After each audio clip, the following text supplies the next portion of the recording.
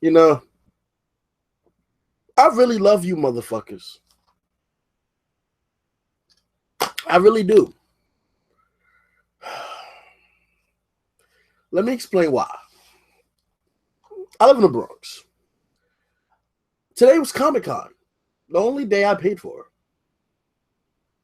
So a few reasons why I paid for it, but I'm not going to get into that. I rushed all the way back home.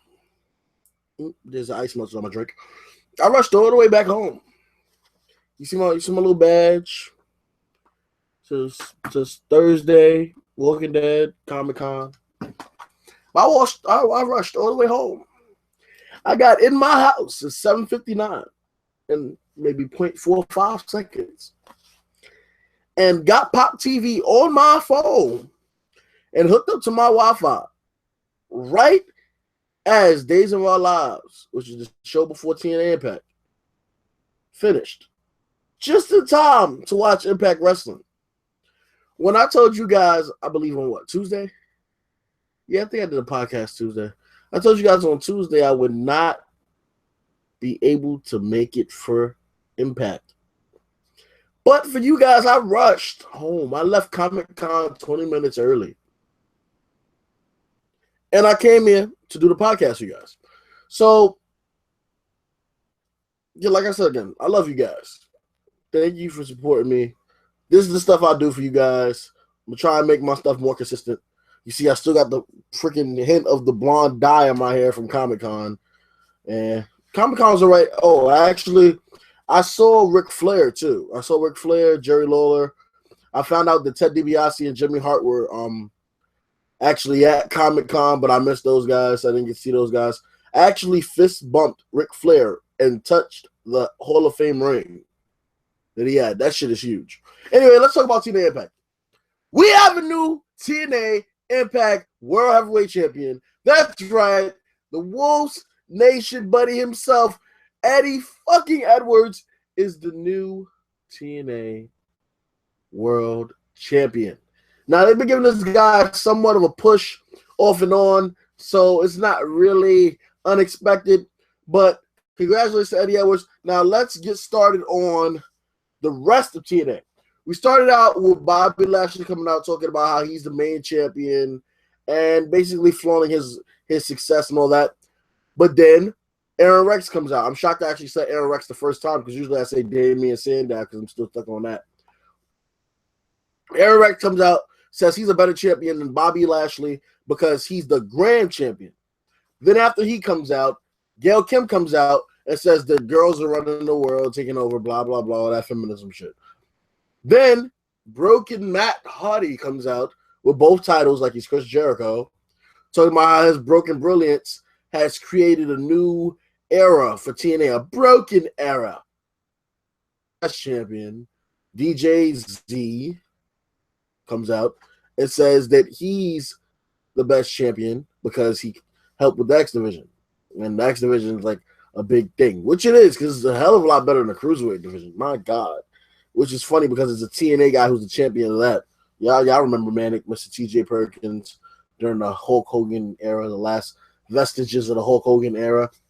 Anyway, Billy Corgan comes out after Bobby Lashley says he's taking a few weeks off to prepare for his fight and tells Bobby Lashley that every single title except for the X Division title, because of some concept called X Gold, Team X Gold. Well, that I'm using the facial expression that I had when I first heard about it. The expression I had was a face of disgust. But anyway, all titles except for the X Division title will be defended. And that there will be 3 possible choices of a contender for Bobby Lashley, which will be told throughout Impact. So we start off match-wise with this new concept called Team X Gold. And it's a 3-on-3 tag match where the rules are apparently stricter. So, like, if you tag somebody in, you have to leave the ring immediately or risk being disqualified. Sounds like any real tag match. Any different than regular 3-on-3. I don't really see no difference at all. I'm sorry. I just don't see any difference. The match was good because X Division always pulls off good matches. It's always entertaining. But what's the difference between this and any other 3-on-3 match between regular division or X Division or knockouts? There's not really any difference between it. I don't really understand the logic unless they come out with a championship. That's what I thought they were going to do. I thought Team X Gold would be the creation of a 3-on-3 X Division championship. Like the Lucha Underground Trios Championship, as far as I've heard. So the first ever X Gold match was between the champion DJZ, Mandrews, and Braxton Sutter against Trevor Lee and Andrew Everett, the Helms Dynasty, and some new guy named Marshawn Rickett.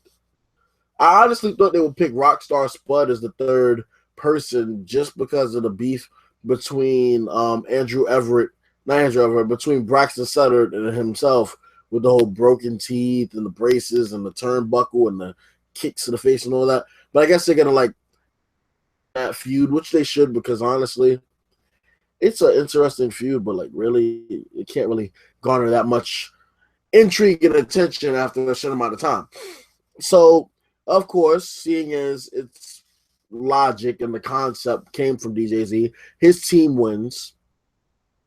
And apparently, whatever teams that are set up will be permanent teams for this Team X Gold thing that's going to be pronounced throughout the week.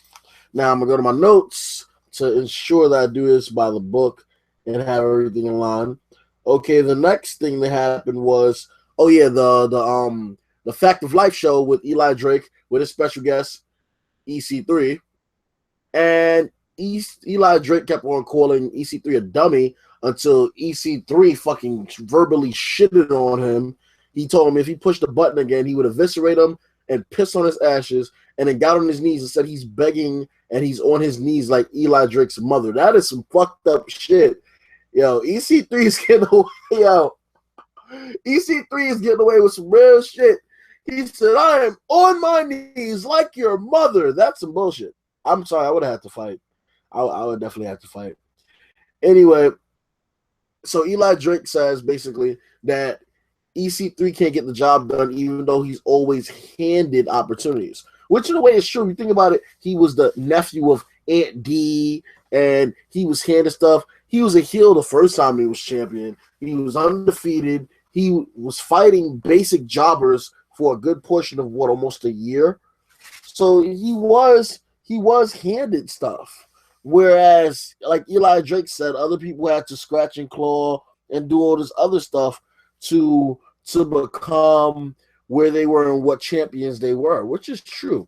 And speaking of champions and Eli Drake was the what the hell was that championship called? The King of the Mountain champion. And then James Storm was champion after him. But where the fuck is James Storm? Did he sign out again? I doubt he's going back to NXT. I doubt they'll let him go back to NXT. But anyway, I digress.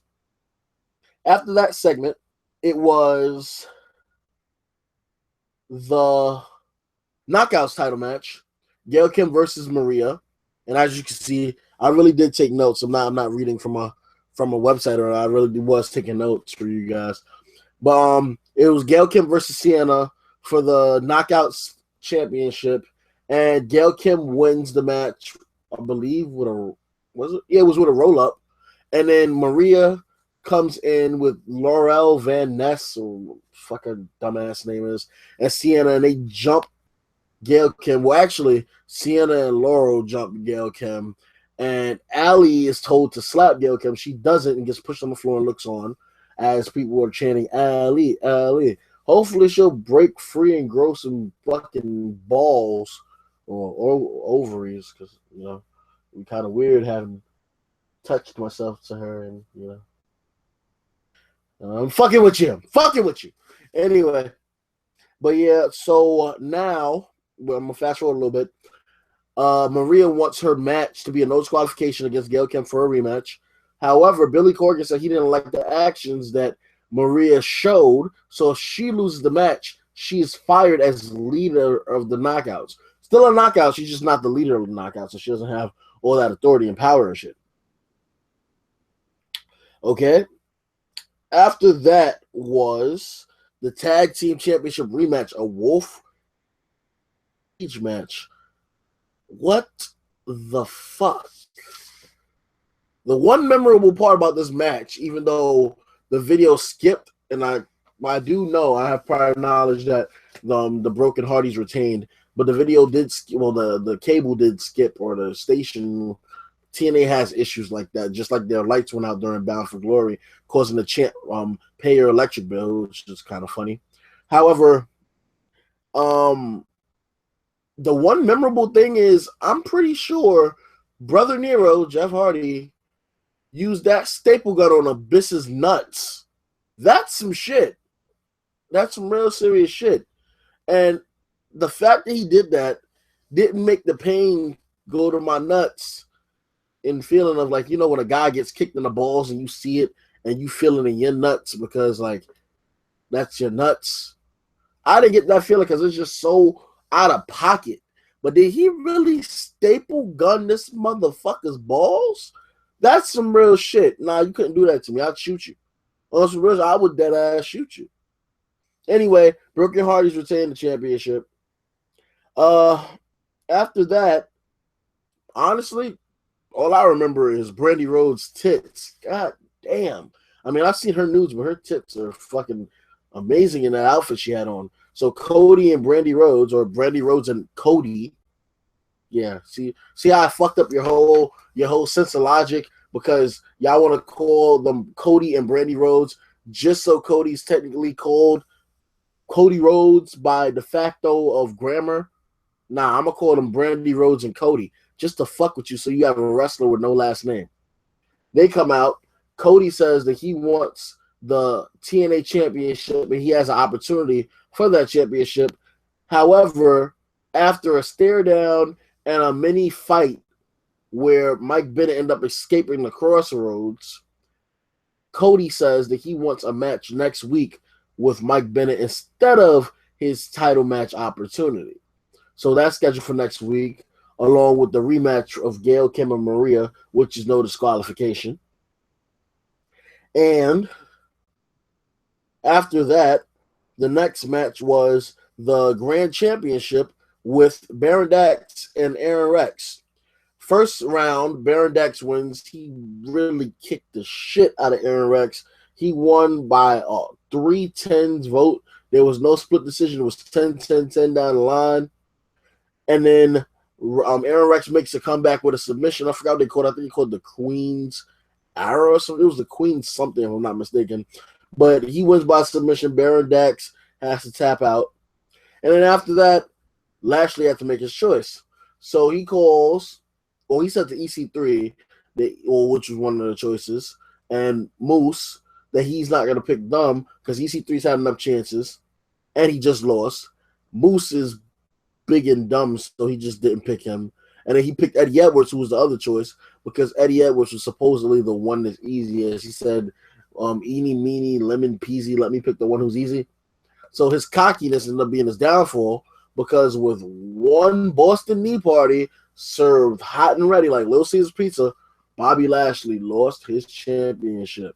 But I will say it's kind of fucked up that TNA is really stuck on time to the point where there was like not big celebration. It's not WrestleMania, but there was no like ta-da where like Davey Richards came out or somebody came out on screen, not outside of screen, because they had some wrestling site on Facebook actually spoiled this win from Eddie Edwards. They already spoiled it.